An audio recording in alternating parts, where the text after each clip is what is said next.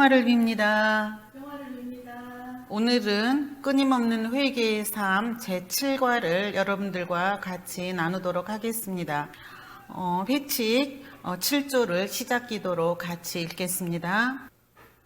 회개하는 형제 자매로서 회원은 자기 성소 때문에 복음의 강력한 힘에 자극받아 절대적이고 완전한 내적 변화를 통해 자신의 생각과 행동 방식을 그리스도와 일치시켜야 한다. 복음은 이것을 회개라고 한다. 인간의 나약성 때문에 이 회개는 날마다 이루어져야 한다. 이 자기 쇄신 과정에서 화해성사는 성부의 자비심의 특별한 표지이고 은총의 셈이다. 오늘은 여러분들하고 이렇게 회칙 7조 끊임없는 회개의 삶이라는 주제로 같이 폰테 콜롬보를 살펴보도록 하겠습니다. 먼저 오늘 그 세 가지의 주제를 가지고 하게 되는데 교회에서 얘기하고 있는 회개란 무엇인가, 그리고 두 번째로 프란스코의 회개 과정을 간단히 살펴보겠고요. 세 번째로는 제속 프란스칸의 회개 실천에 대해서 말씀드리도록 하겠습니다. 우리는 지금 현재 제속 프란스코회 회원들이라고 말을 하고 있습니다. 그런데 우리 초창기의 이름은 여러분들이 알고 계시리라고 생각합니다만 회개의 형제 자매들 또는 보속의 형제 자매들이라고 불렸습니다. 오늘 제가 여기에 페넌스라고 영어 보속이라는 의미의 뜻을 적은 것은 회개와 보속의 그러한 형제 자매들의 모습이 현재 우리에게도 요구되어 있기 때문이죠. 회개의 형제 자매들이라는 이러한 초창기의 회원들의 이름은 현재 우리에게 어떻게 불리게 될까요? 그것은 복음을 사는 형제 자매들이라고 말씀드릴 수 있겠습니다. 즉 복음의 완성, 사랑의 완성이 현재 우리 회칙에서 얘기하고 있는 회개의 완성의 의미라고 말씀드립니다. 그러면 회개란 무엇인지를 간단히 살펴보겠습니다. 인간은 나약함 때문에 죄악에 빠져서 하느님과 멀어지기 쉽지만 하느님께서는 인간의 죄악에도 불구하고 끊임없이 인간을 부르시고 친교 맺기를 원하십니다. 인간은 하느님의 수음에서 나왔습니다. 수음은 히브리 말로는 루하라고 그러고 라틴어로는 푸네우마라고 합니다. 즉 하느님의 수음에서 나온 인간이 하느님을 떠났다가 하느님께로 되돌아가는 것, 이것이 바로 회개의 본질입니다. 루카복음 15장 되찾은 아들의 비유를 잠깐 보겠습니다. 작은 아들이 본래 있던 자리는 하느님과 함께 있는 자리였습니다. 아버지와 함께 있는 행복은 작은 아들을 만족시키지 못했고 아버지로부터 유산을 받아 돈뭉치를 들고 의기양양하게 아버지를 떠났습니다. 그러나 그는 얼마 지나지 않아 빈 털터리가 되었고 아버지의 품을 그리워하게 되었습니다. 그래서 아버지께로 돌아가기로 결심을 합니다. 이 돌아섬은 본래 있던 자리로 돌아가기 위한 방향 전환입니다. 그리스 말로 메타노이아는 방향 전환을 의미하는 것으로 교회 안에서 회개를 일컫습니다. 중요한 것은 방향 전환만이 아니라 목적지가 아버지라는 것입니다. 아버지는 기다리고 반기십니다. 품에 안고 좋은 옷을 입히고 가락지를 끼고 잔치를 치릅니다. 작은 아들처럼 회개는 아버지께 가는 것이며 아버지와 함께 있는 행복을 찾는 것입니다. 우리는 하느님께 되돌아감으로써 다시 하느님의 생명 안에 있게 되고 하느님과 내적 친밀을 이루게 됩니다. 회개는 이렇게 하느님과의 관계를 회복하는 것이며 회개를 통해 나와 나 자신, 나와 자연, 그리고 나와 이웃과의 관계도 회복하게 되는 것이죠. 예수님께서는 하느님의 복음을 전파하시면서 때가 차서 하늘나라가 가까이 왔다, 회개하고 복음을 믿어라고 말씀하셨습니다. 복음을 받아들이는 선행 조건이 바로 회개입니다. 2021년, 즉 작년이죠. 작년 11월 국제총회 제속 프란스코회 전체인 선거총회가 있었는데요. 그때 대의원들은 프란치스코 교황님을 아련했습니다. 교황님은 제소 프란치스코 회원들에게 권고 말씀을 주셨는데 이렇게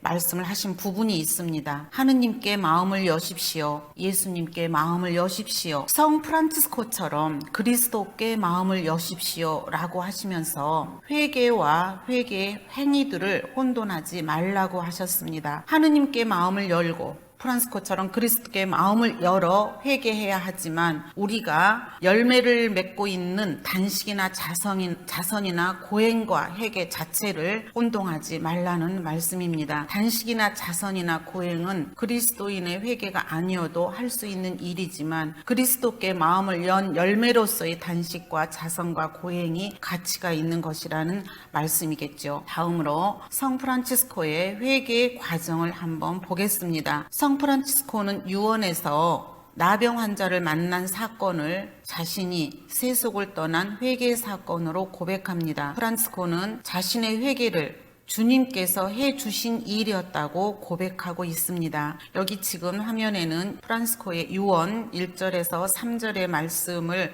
기록을 해놨는데 주님이 나 프란치스코 형제에게 이렇게 회개를 시작하도록 해주셨습니다. 그 밑에 그런데 주님 친히 나를 그들 가운데로 이끄셨고 나는 그들과 함께 지내면서 자비를 실행하였습니다. 라고 하는 이런 고백에서 보면 프란치스코의 회개는 주님께서 먼저 손을 내밀어 주셨다는 것을 프란치스코가 체험했고 그렇게 고백하고 있습니다. 프란치스코의 회개 과정을 잠깐 살펴보면 먼저 스폴레토에서 있었던 일을 보겠습니다. 기사가 되기 위해서 왈터 장군이 지휘를 하고 있는 전쟁에 참여를 하러 이제 갔다가 스폴레토 계곡에서 머물게 되죠. 그때 프란치스코는 이러한 소리를 듣게 됩니다. 프란치스코야, 주인을 섬기겠느냐, 종을 섬기겠느냐. 프란치스코는 당연히 주인을 섬기겠다고 대답을 하지요. 그리고 나서 네가 왜 주인을 섬기지 않고 종을 섬기려 하느냐라는 소리를 듣고 그때 도미네라고 하면서 주님, 제가 무엇을 해야 하오리까? 라고 하면서 자신의 변화된 고백을 하게 되죠. 그때 주님께서는 아시시로 돌아가라 라고 얘기를 하십니다. 그리고 거기에서 내가 할 일을 알려주겠다. 여기에서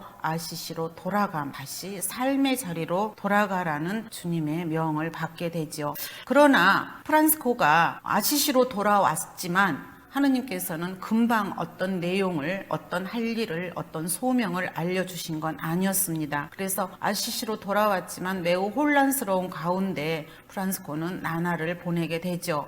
그때 이제 프란치스코의 마음에 가난한 이들이 프란치스코의 눈에 그리고 마음에 들어오게 됩니다. 그리하여 로마로 가서 이제 거짓 체험을 한번 해보고 또 거짓 체험한 이후에 이제 아시시로 돌아오는 길에 나병 환자를 만나게 됩니다. 사실 나병 환자는 매우 역겨운 냄새가 나고 정말 가까이 하기에 코를 막지 않고는 지나갈 수 없는 그런 환자에 들였죠. 프란치스코는 그동안 그 나병 환자를 만나는 것 자체도 역겨웠었는데 자기가 이제 회개의 길을 걷고 주님의 뜻을 찾고자 하는 이런 와중에 나병 환자를 외면한다는 것이 마음에 허락되지 않는 일이었죠. 어려웠지만 프란치스코는 나병 환자를 껴안았습니다. 그때 프란치스코의 내면은 역겨움에서 단맛이라는 아주 커다란 영적 체험을 하게 되죠. 그리고 그 이후에 프란치스코는 다시 기도 생활을 계속하면서 하느님의 뜻을 찾고 있었습니다. 그러던 중에 좀 허물어졌던 그 성 다미아노 성당에 들어가서 기도를 하게 됩니다. 성 다미아노 성당의 십자가에서 기도를 하는 프란치스코에게 들려온 말씀이 있었죠. 그때 프란치스코는 이렇게 기도를 합니다. 지극히 거룩하고 영광스러우신 하느님, 제 마음에 어둠을 밝혀주소서라고 자신의 아직 무엇을 해야 할지 모르는 그런 어두움을 고백했을 때 예수님께서는 프란치스코야, 가서 무너져가는 나의 집을 고쳐라 라고 말씀을 하십니다. 이때부터 프란치스코는 십자가의 예수님의 이 말씀을 실행하기 위해서 쓰러져가는 교회 수리를 위한 기금을 마련하게 됩니다. 사실 프란치스코가 자신의 돈으로 기금을 마련한 것이 아니었고 또 아버지의 재산, 아버지의 옷감으로 팔아가지고 기금을 마련한 것이었기 때문에 아버지와의 갈등이 야기되었습니다. 프란스코의 이러한 아버지와의 갈등은 급기야 법원 소송으로까지 번지게 되었고, 프란스코는 교회 법원에서 재판을 받겠다고 얘기를 하지요. 아버지와 함께 교회 법원에 가서 재판을 받는 과정에 그 구이도 주교는 프란치스코에게 모든 것을 아버지께 돌려드리라고 아버지를 승소하는 판결을 내리게 됩니다. 네. 프란스코는 상징적인 행동을 하지요. 모든 입고 있던 옷을 다 벗고 그리고 아버지께 돌려드리면서 앞으로는 피에트로 베르나르도네를 아버지라 부르지 않고 하늘에 계신 우리 하느님을 아버지라 부르겠습니다 라고 고백을 합니다. 이때 구이도 주교는 얼른 망토로 프란스코를 감싸 안았고 또 그 감싸는 행위는 바로 프란스코가 교회의 사람이라는 것을 증명해 주는 그런 상징적인 의미를 띠게 됩니다. 프란치스코가 이렇게 용기 있는 그런 행동을 했던 그 이면에는 나병 환자를 껴안았던 단맛 체험의 결과가 이렇게 하느님을 향한 용기로 맺어졌다고 말씀드릴 수가 있겠습니다. 이제 마지막으로 포르치온꿀라 성당에서 미사를 드리게 되는 프란스코의 모습을 보겠습니다.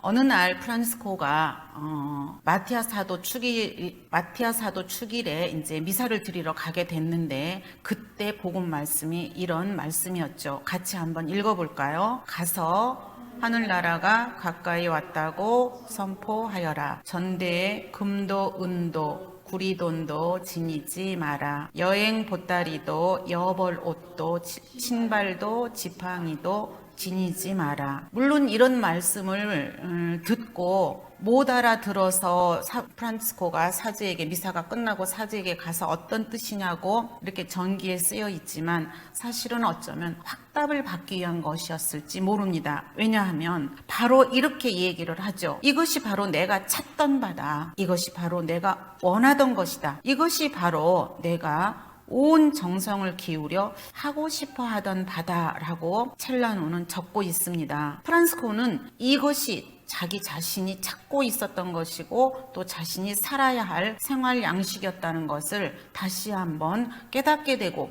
확인하게 되는 말씀이었다고 보겠습니다. 그렇다면 이제 이렇게 프란스코의 회개 과정을 통해서 프란스코가 해야 할 일을 찾게 되고 자기의 길을 인도받게 되었죠. 그렇다면 우리가 프란스코의 제자들로서 살아가는 회개하는 우리들이 어떻게 하면 프란스코처럼 이런 회개 과정을 통해서 하느님께로 가는 것처럼 우리도 그렇게 살아갈 수 있을까를 한번 보도록 하겠습니다. 제속 프란스코의 회원들은 회개하는 사람들입니다. 회칙은 이렇게 얘기를 합니다. 회개를 복음의 강력한 힘에 자극받아 절대적이고 완전한 내적 변화를 통해 나의 행동 방식을 그리스도와 일치시키는 것이라고.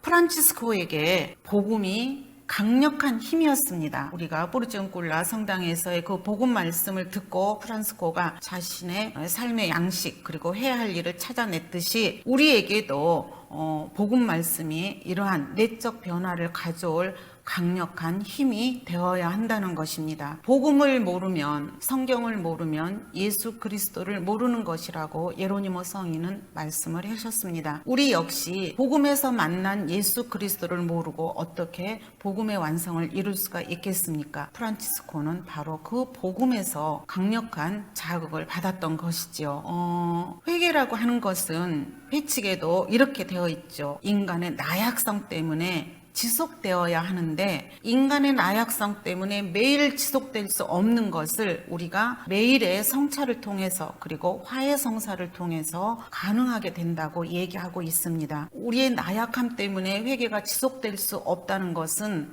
슬픈 일이겠지만 매일 성찰을 통하고 매일 화해 성사를 통해서 이것이 가능하다고 생각한다면 회개하지 못하는 것에 그대로 멈출 수는 없다는 희망을 갖게 됩니다. 프란치스코가 우리에게 써준 굉장히 귀한 편지가 하나 있지요. 보통 신자들에게 보내신 첫째 편지라고 얘기하고 있는 이 편지는 우리 회칙의 머릿말에 나와 있습니다. 회칙의 머릿말에는 회개의 형제 자매들에게 보내신 성 프란치스코의 권고라고 되어 있습니다. 즉 당시에 회개하는 이들에게 보내준 프란치스코의 권고 말씀이죠. 거기에서 회개하는 이들은 어떤 사람들인가를 프란치스코는 나열을 해놓고 있습니다. 같이 한번 읽어볼까요? 마음을 다하고 목숨을 다하고 정신을 다하고 힘을 다하여 주님을 사랑하고 자기 이웃을 자기 자신처럼 사랑하며 자신들의 육신을 그 악습과 죄와 더불어 미워하고 우리 주 예수 그리스도의 몸과 피를 받아 모시며 회개에 합당한 열매를 맺는 사람들. 자, 회개하는 이들은 이렇게 하느님을 사랑하고 이웃을 사랑하며 절제된 생활, 즉 육신, 악습과 죄와 더불어 육신적인 극기, 절제를 해가면서도 성체성사, 예수 그리스도의 몸과 피를 받아 모시면서 회개에 합당한 열매를 맺는 사람들이 바로 회개하는 이들이다라고 권고를 하고 있습니다. 그러면 이렇게 회개하는 이들, 이렇게 살아가는 이들에게는 어떤 축복이 있을까요? 프란치스코는 이렇게 얘기를 하고 있습니다. 주님의 영이 그들 위에 머물고 그들을 거처와 집으로 삼으실 것이며 그들은 아버지의 일을 하는 천상 아버지의 아들들이고 우리 주 예수 그리스도의 정배들이요 형제들이며 어머니들입니다. 회개하는 이들에게 이렇게 큰 축복이 있으니 회개를 해야 하는 것이 지극히 당연하고 마땅한 일이다라는 것을 강조하고 있는 것이지요. 그런데 이 편지에는 또 회개하지 않는 이들에 대해서도 써 있습니다. 회개하지 않는 이들에 대해서는 굉장히 저주와 같은 그런 말들이, 단어들이 나와요. 회개하는 이들과 반대로 회개 중에 있지 않고 우리 주 예수 그리스도의 몸과 피를 받아 모시지 않으며 악습과 죄를 일삼고 나쁜 욕정과 자기 육신의 나쁜 욕망을 쫓아다니며 주님께 약속한 것을 지키지 않고 육적인 욕망과 세속의 걱정과 현세 삶에 대한 근심에 빠져서 세상을 육신적으로 섬기는 남녀 모든 사람들,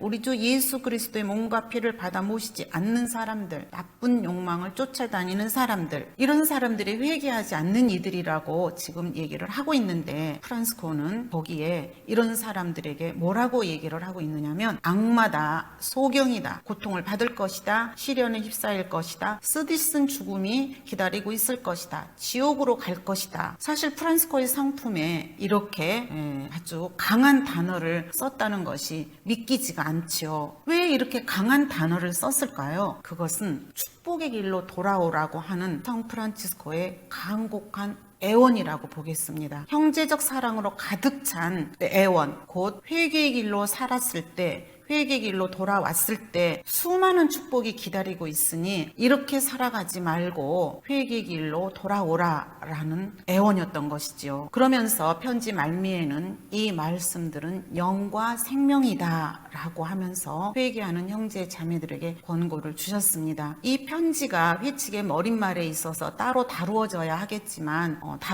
과로 폰테콜롬바 안에서 과로 다룰 수 없어서 7조에서 간단하게 언급했습니다. 그러면 끊임없이 회개를 살아가는 사람들 중에 우리가 잘 알고 있는 성녀 두 분을 살펴보고자 합니다. 우리가 너무나 잘 알고 있는 헝가리의 성녀 엘리사벳을 보면 헝가리의 성녀 엘리사벳은 회개하는 형제 자매들에 들어오기 전에, 그러니까 서약하기 전에도 늘 왕녀로서 가난한 이들에게 사랑을 베풀었고 자비를 베풀었습니다. 그래서 굉장히 시댁 식구들에게 어려움도 당했지요. 그럴 때마다 남편이 이것을 가려줬지만 어쨌든 엘리사벳은 그리스도인으로서 최선을 다하는 가장 모범적인 사람이었다는 것이죠. 그런데 그가 회개 서약을 하고, 그러니까 프란치스코 사매원이 된 회개 서약을 한 이후에는 왕녀의 그런 모든 영화로움은 다 벗었고 오히려 더 나병 환자들이나 병자들을 손수 씻기고 돌보는 진정한 회개의 실천을 하게 됩니다.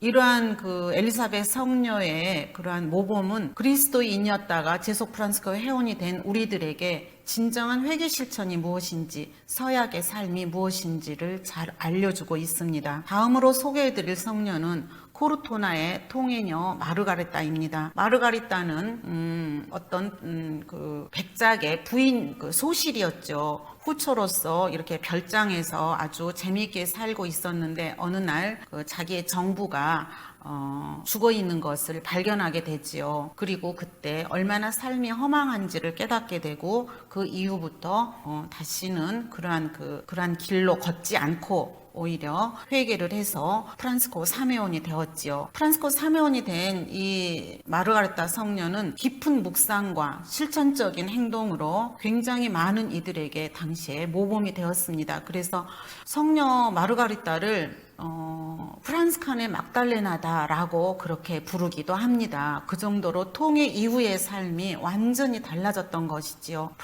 제속 프란스칸 서약이 바로 말가리타 통해녀의 이 삶을 찾아서 본다면 얼마나 우리가 진정한 그 서약의 삶이 우리를 이렇게 변화시킬 수 있는가라는 것을 묵상하게 해줍니다. 이제 마지막으로 회개의 실천에 대해서 회원에서 나오는 얘기를 같이 읽어보도록 하겠습니다. 개인적으로 형제 안에서 프란스칸 특성을 진작시키기 위한 방편으로 말씀의 전례, 생활 반성, 피정, 영적 지도, 참회 예절 등이 있고 그리고 형제회 안에서든 하느님 백성과 더불어서든 공동체적으로 거행하며 자주 화해의 성사를 볼 것이다. 이것이 우리가 어떻게 회개해야 하는지를 알려주는 회원 13조 1항에 나와 있는 본문입니다. 개인적으로도 해야 하지만 형제 안에서도 회원들이 어떻게 회개 생활을 해야 하는지를 가르쳐주고 있는 것이죠. 실제로 우리는 형제 안에서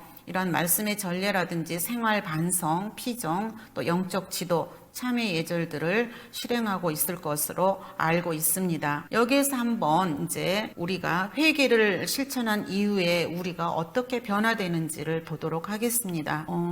회개 이전에 가지고 있었던 프란치스코가 가지고 있었던 어떤 역겨움은 우리가 회개 이후에는 내적인 변화에 의해서 단맛으로 체험되게 되겠죠. 회개 전에는 나 중심이었던 그러한 삶에서 이제는 타인 중심으로 역겨웠던 것은 나 중심이었다면 프란치스코가 나병 환자를 깨어났던 것은 타인 중심으로 옮겨간 내적 변화이지요. 그리고 현재 우리 안에 있는 그 세속적인 가치들을 추구하는 나, 부와 권력과 명예를 추구하는 나의 이런 악한 경향, 악한 그런 습관 이런 것들은 나의 나병성과 같은 것이라고 보겠습니다. 나의 나병성을 뛰어넘었을 때 프란치스코가 단맛 체험을 했던 것은 바로 하느님의 선 안으로 들어갔기 때문이죠. 우리가 나병성을 뛰어넘고 세속적 가치를 뛰어넘었을 때 바로 하느님은 나에게 좋음으로 다가오고 하느님의 선은 나를 단맛으로 느낄 수 있게 해 주실 것입니다. 오늘 끊임없는 회개의 삶을 살펴보면서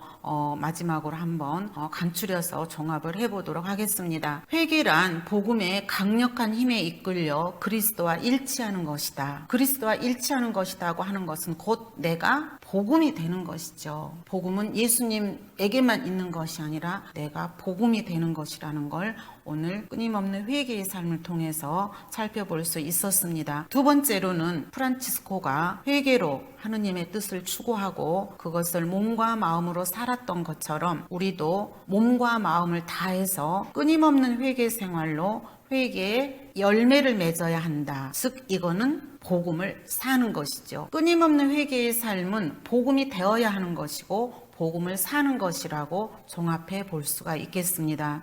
이상으로 마치고 마침 기도 같이 바치도록 하겠습니다. 마침 기도는 사부님이 말씀하셨던 유언 1절에서 3절 같이 봉독하겠습니다. 주님께서 나 프란치스코 형제에게 이렇게 회개를 시작하도록 해주셨습니다. 죄 중에 있었기에 나에게는 나병 환자들을 보는 것이 쓰디쓴 일이었습니다. 그런데 주님 친히 나를 그들 가운데로 이끄셨고 나는 그들과 함께 지내면서 자비를 실행했습니다. 그리고 내가 그들에게서 떠나올 무렵에는 나에게 쓴맛이 었던 바로 그것이 도리어 몸과 마음의 단맛으로 변했습니다. 그리고 그 후 얼마 있다가 나는 세속을 떠났습니다. 영광이 성부와 성자와 성령께 성부와 성자와 성령의 이름으로 아멘.